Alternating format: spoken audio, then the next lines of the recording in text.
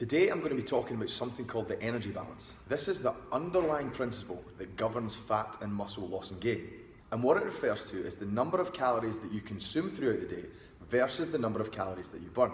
If you eat less than your body needs throughout the day, your body will use fat reserves for fuel. So on the flip side of this, if you eat more than your body needs, you will add fat reserves and potentially some muscle mass, assuming you're doing resistance training and your protein intake is high enough. And that's it. This is what governs our body composition. So if you see anyone on social media suggesting otherwise, unfollow them immediately. Okay, so how does this actually work? Well, first of all, let's look at what is a calorie. In scientific terms, a calorie is a unit of energy, and it's used by our bodies throughout the day to fuel daily activities. You can think of your energy balance as a seesaw. At one side of the seesaw is the food that you're eating throughout the day. These foods contain calories, which all add up to a total number, so you can think of this number as your calories in. And on the other side of the seesaw, you have your calories that are being used for energy.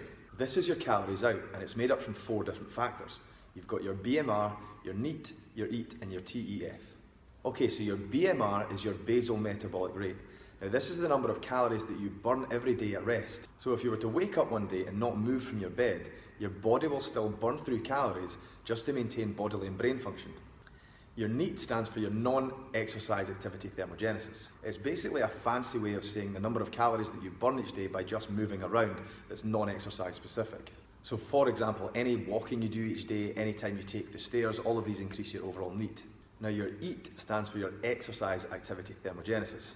And this relates to calories that are specifically burned from exercise activity. So for example, any calories that you've burned at the gym or maybe playing a sport. And finally, TEF stands for the thermic effect of food. And this is a factor in your overall expenditure because the body actually uses up calories to digest food. So all of these factors are all added together, and the end result is called your TDEE, which stands for your total daily energy expenditure. And it's your calories in versus your TDEE, or calories out, that govern your overall body composition. So what we can do is we can manipulate these factors to get the result that you're after. So to give you an example of how to do this, let's say that your daily intake is 2,000 calories and your daily expenditure is 2,000 calories, which would mean that you're not going to add any body fat and you're not going to lose any body fat at that rate. So let's say we want to lose body fat. So to do that, we need to create something called a calorie deficit, which means that we're burning more calories than we're consuming. Now to do this, a good deficit target would be somewhere around 15%, so that would work out at 300 calories. Now to do this, you've got a couple of options. You could first of all increase your daily expenditure so you're burning off 300 calories more. Now you could do this by increasing your NEAT, so you could just move about more, you could walk a little further each day, you could maybe take the stairs instead of an elevator. Or you could do some extra gym sessions. This is going to increase your volume of EAT, which is also going to have the same effect on your overall calories.